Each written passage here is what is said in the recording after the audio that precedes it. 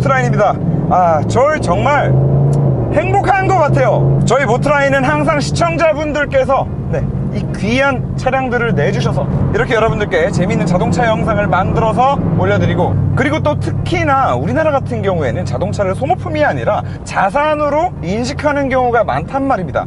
그런데도 이렇게 항상 귀한 차들 내주시는 시청자분들께 이 자리를 빌어서 다시 한번 좀 차주분들께 감사의 인사를 전하고 싶습니다. 감사합니다, 정말. 자, 방금 제가 자산 얘기를 해서 말인데요, 모든 자동차는 사실 구매를 한 이후부터 차근차근 시간이 흐를수록, 그리고 이 주행거리, 마일리지가 올라갈수록 가격이 떨어지기 마련입니다. 그런데 정말 가끔씩 예외가 있습니다.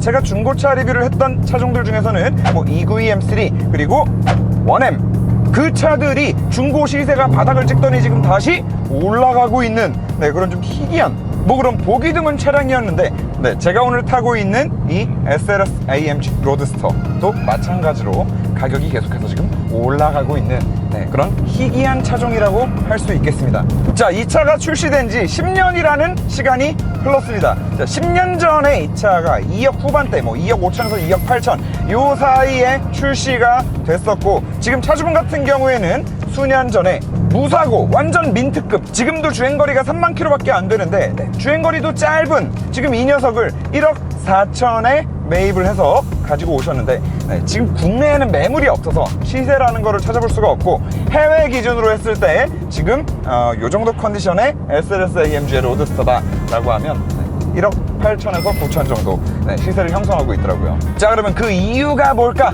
그 이유에 대해서 오늘 하나하나 풀어보다 보면 이 차에 대해서 어지간히 다 설명을 드릴 수 있지 않을까 싶습니다.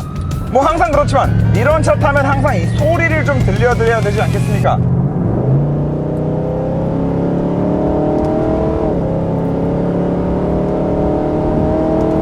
자, 딱 들어보시면 아시겠지만 그렇습니다. 이 차는 8기통입니다. 그런데 그냥 8기통이 아닙니다.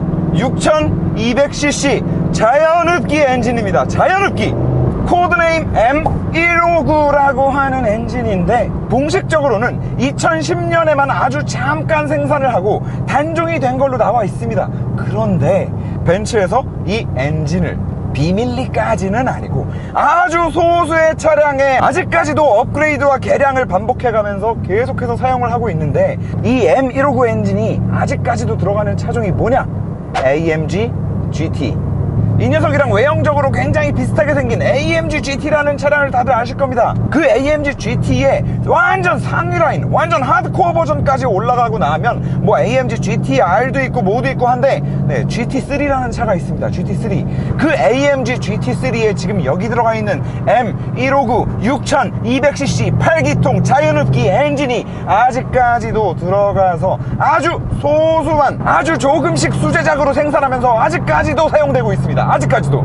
그리고 지금 여기에는 570마력 버전이 들어가 있는데, 지금 생산되고 있는 AMG GT3에는 자연흡기를 그대로 유지하면서 700마력을 돌파했더라고요. 한마디로 뭐냐? 현역이다, 현역. 그리고 또 자연흡기니만큼 RPM 얼마까지 쓰는지 한번 보겠습니다.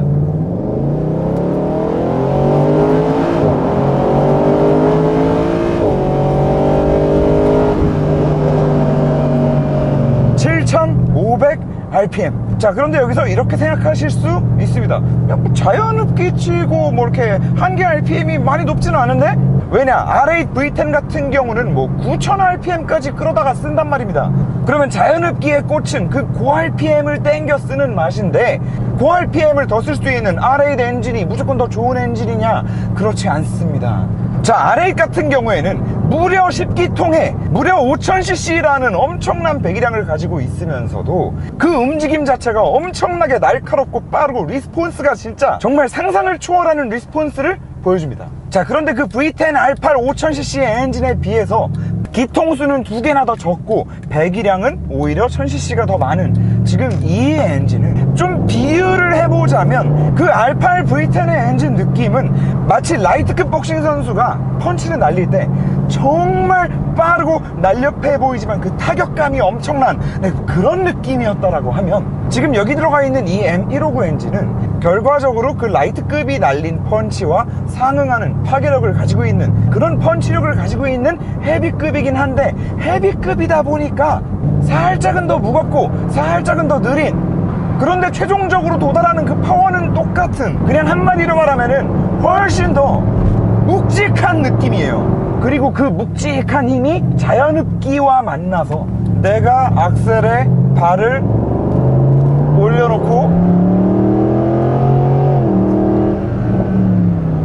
악셀링을 하는 그 굉장히 미세한 양에 따라서 진짜 내 발목과 엔진의 출력과 바퀴에 전달되는 그 동력이 완전히 하나로 연결이 돼서 운전을 하는 내내 이 묵직한 힘을 내 발목으로 계속 컨트롤하면서 차를 가지고 놀다가 내 발목이 끝까지 꺾여서 RPM이 7000까지 갔을 때 그 터져나오는 600마력의 출력을 지금 다 오롯이 내가 발 컨트롤하는 대로 느끼면서 탈 수 있다는 거는, 진짜 뭐 R8 V10이고 지금 현재 판매되고 있는 그 4000cc 8기통 AMG 엔진, 그 트윈 터보가 들어간 엔진, 내 악셀의 발의 양에 따라서 출력이 결정되는 게 아니라 밟다 보면은 터보가 터져가지고 최대 토크가 나오는 구간에서 차가 알아서 마음대로 튀어나가 버리는, 그 차를 타는 거랑은 진짜 비교도 할 수 없을 정도의 그런 진짜 황홀함을 만들어주는 그런 엔진이라고 할 수 있을 것 같아요. 항상 신차 리뷰를 하면서 그 많은 터보차들을 타보고, 그래 터보도 정말 많이 좋아졌다, 이제 마일드 하이브리드까지 붙으면서 정말 많이 좋아졌다, 그래 이 정도면 이제 터보력이 거의 없다고 봐도 되겠네, 그래 이제 정말 자연흡기 느낌에 가까워졌네 라고 하다가도 막상 이런 고성능 자연흡기 엔진을 다시 한번 느껴보면 이건 절대 뛰어넘을 수 없는 벽이라는 생각이 자꾸 듭니다. 정말 어디 터보차 따위가 자연흡기에 비벼라는 말이 절로 나오는, 페라리를 리뷰하면서도 말씀드렸지만 그냥 단순히 제로백, 단순 무슨 뭐 니르의 랩타임, 이게 그냥 중요한 게 아니거든요. 결국에 일반 운전자가 운전을 하면서 내가 얼마나 차를 재미있게 가지고 놀 수 있냐, 얼마나 이 운전하는 맛이 나냐, 그게 무엇보다도 중요한 것 같다고 항상 말씀을 드리는데, 그냥 빠르다고 스포츠카가 아닌 거죠. 무조건 출력이 높다고 스포츠카가 아닌 거죠. 물론 뭐 우리나라의 그 갑질 문화는 반드시 좀 없어져야 되고 진짜 쌍욕이 나오는 그런 좀 더러운 문화이긴 하지만, 적어도 사람과 자동차 사이에 있어서는 이런 갑질, 좀 이 쥐고 흔들 수 있는, 쥐고 흔들면 쥐고 흔드는 대로 좀 움직여주는 그런 좀 맛이 느껴져야 되는 그런 좀 갑질이 필요한 관계가 아닌가. 악셀을 밟으면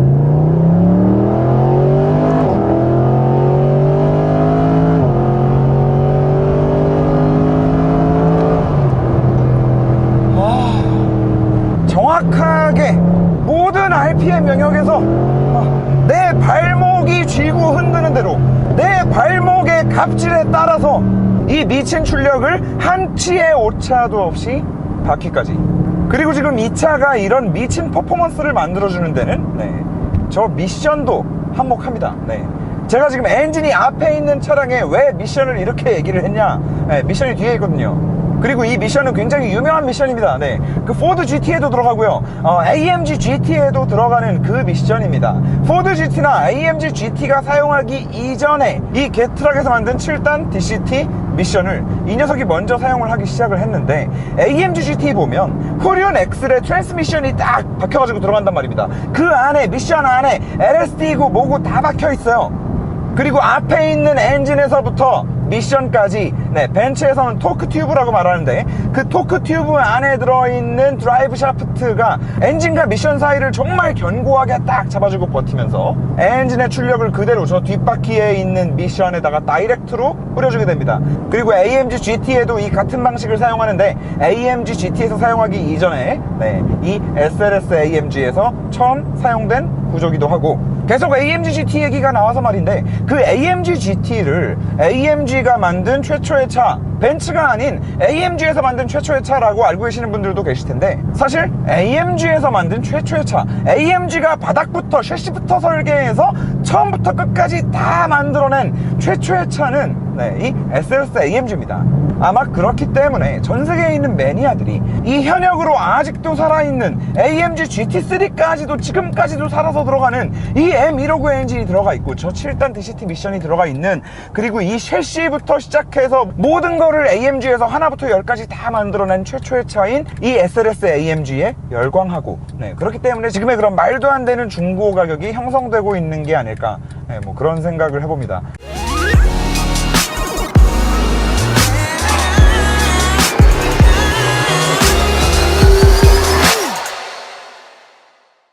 지금 출발 후 연비가 한 4.9km, 4.8km 나오는데 뭐 G바겐보단 좋다. 뭐 AMG GT 때도 마찬가지였지만 정말 기분 좋은 변속감, 뭐 빠른 건 당연한 거고요. 정말 기분 좋은 변속감을 만들어 주는데, 여기서 한 가지, 세월의 흔적 때문에 어쩔 수 없이 지금 와서 보이는 단점도 물론 존재하기는 합니다. 아까도 말씀드렸지만 저 뒤 후륜 엑셀에 박혀있는 저 개트럭 7단 DCT 미션 안에는 LSD가 들어갑니다. 그럼 그 말은 뭐냐?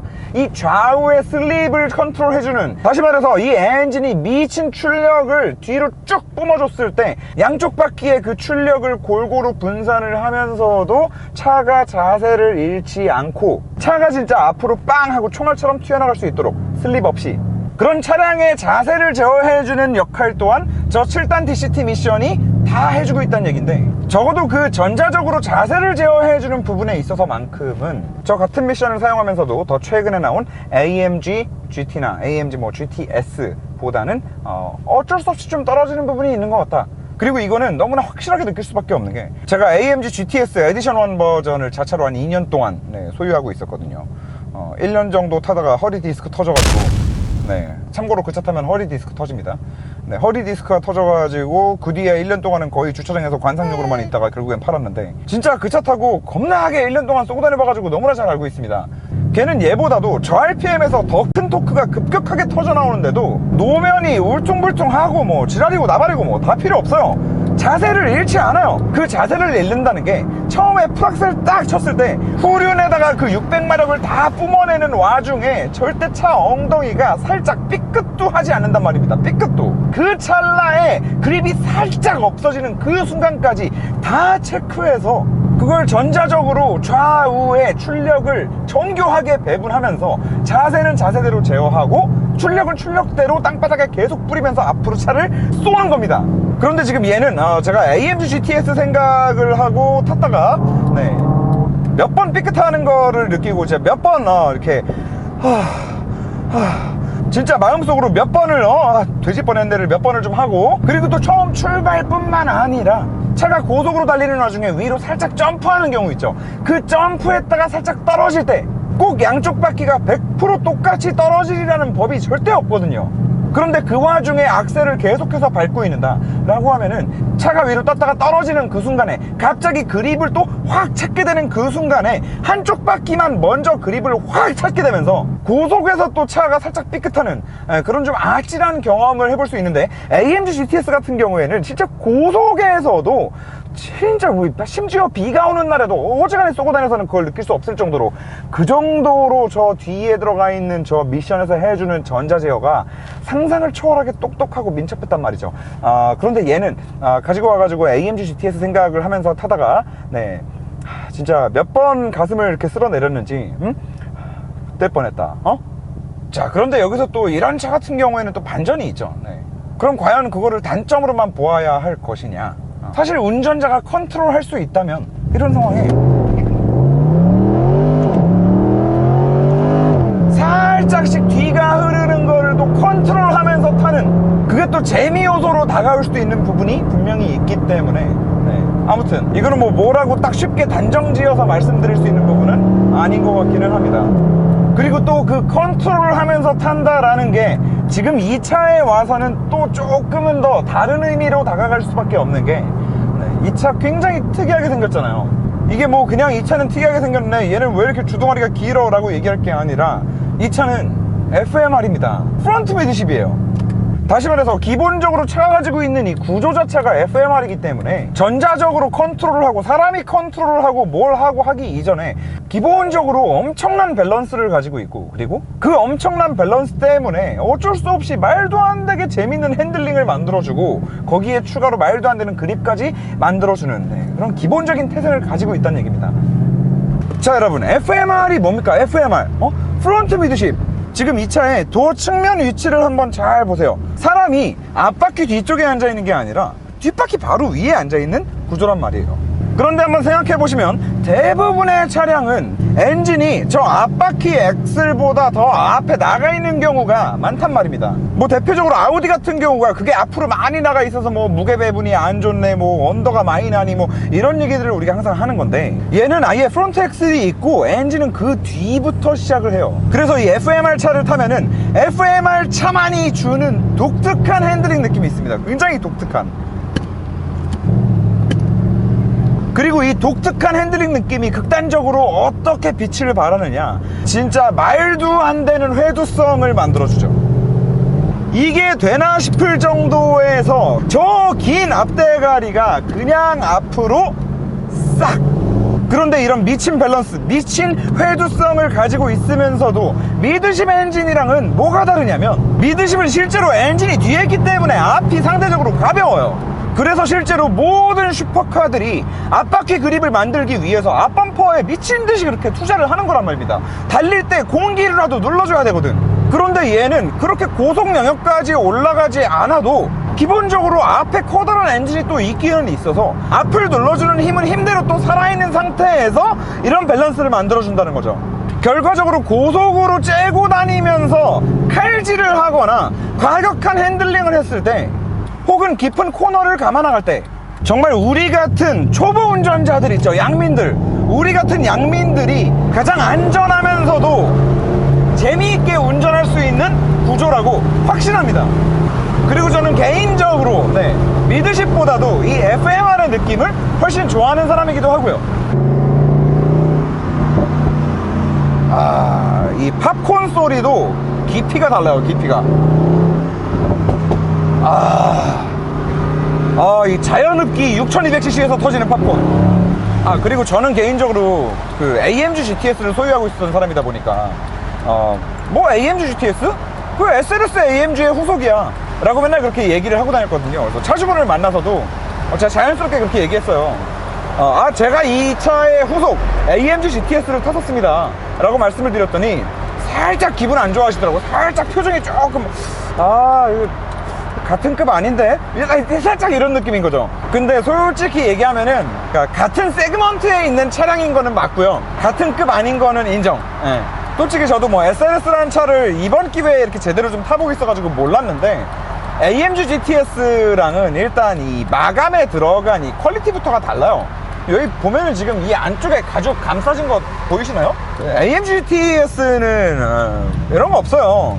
그러니까 GTS 같은 경우에는 이 마감재들이 기본적으로 그냥 일반 벤츠의 마감재, 디자인이 FMR인 벤츠 마감재를 사용한 AMG에서 만든 차, 뭐 그 정도였다라고 하면은 얘는 확실히 좀 이 뭐 올드한 이 진짜 지겨운 그 저번에 GLK에도 있었던 이 번호판 뭐 이런 것만 좀 제외하고 나면은 기본적으로 여기 이 크래시 패드부터 시작해가지고 이 가죽으로 한 땀 한 땀 아예 감싸지 않은 곳을 찾아볼 수가 없어요, 이 차는.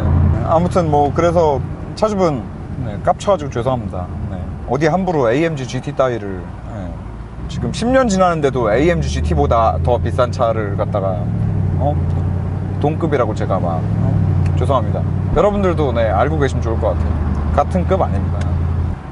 여러분 리뷰를 좀 마무리를 하면, 솔직히 뭐 FMR의 구조, 뭐 이런 운동 성능, 뭐 이런 밸런스, 이런 것들은 사실 AMG GT에서도 충분히 느낄 수 있고, 요즘에 또 다른 밸런스 좋은 이런 운동 성능이 좋은 차들이 너무 많잖아요. 그런데 제가 봤을 때 이 차의 가장 큰 매력은 엔진인 것 같습니다.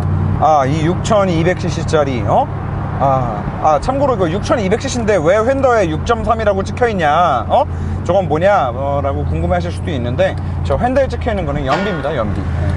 진짜 아직까지도 현역으로 뛰고 있는 심지어 AMG GT3라는 차에서 아직까지도 현역으로 뛰고 있는 이 8기통 6000cc가 넘는 대배기량 엔진이 무엇보다도 가장 큰 이 차의 큰 매력 포인트가 아닐까. 그리고 결국에는 저 엔진 때문에 이 차를 운전하는 내내 입가의 미소가 가시질 않는 게 아닐까. 뭐 그런 생각이 드네요. 자, 여러분, 여기까지 하는 것으로 하겠습니다. 로드스터잖아요. 원래 쿱이 이제 거링도어로 열려서 되게 유명한데, 이 거링도어보다도 이 로드스터가 사실 더 희귀합니다. 네. 이런 또 귀한 차 가지고 계신 자동차 매니아 분께서 또 차량 협찬해 주셔서 너무 감사하고, 항상 여러분 덕분에 저희 채널이 이렇게 운영되고 있습니다. 누구의 눈치도 보지 않고 하고 싶은 말 다 하고, 하고 싶은 말 다 하다가 욕먹는 일이 좀 많아서 문제긴 하지만, 뭐 어쩌겠습니까. 뭐 그게 저희 컬러니까. 다음 주에 또 재미있는 차량으로 찾아뵙는 것으로 하겠습니다. 아마도 아우디 RSQ8이 되지 않을까. 지금 이렇게 예상을 하고 있습니다. 시청해 주셔서 감사합니다.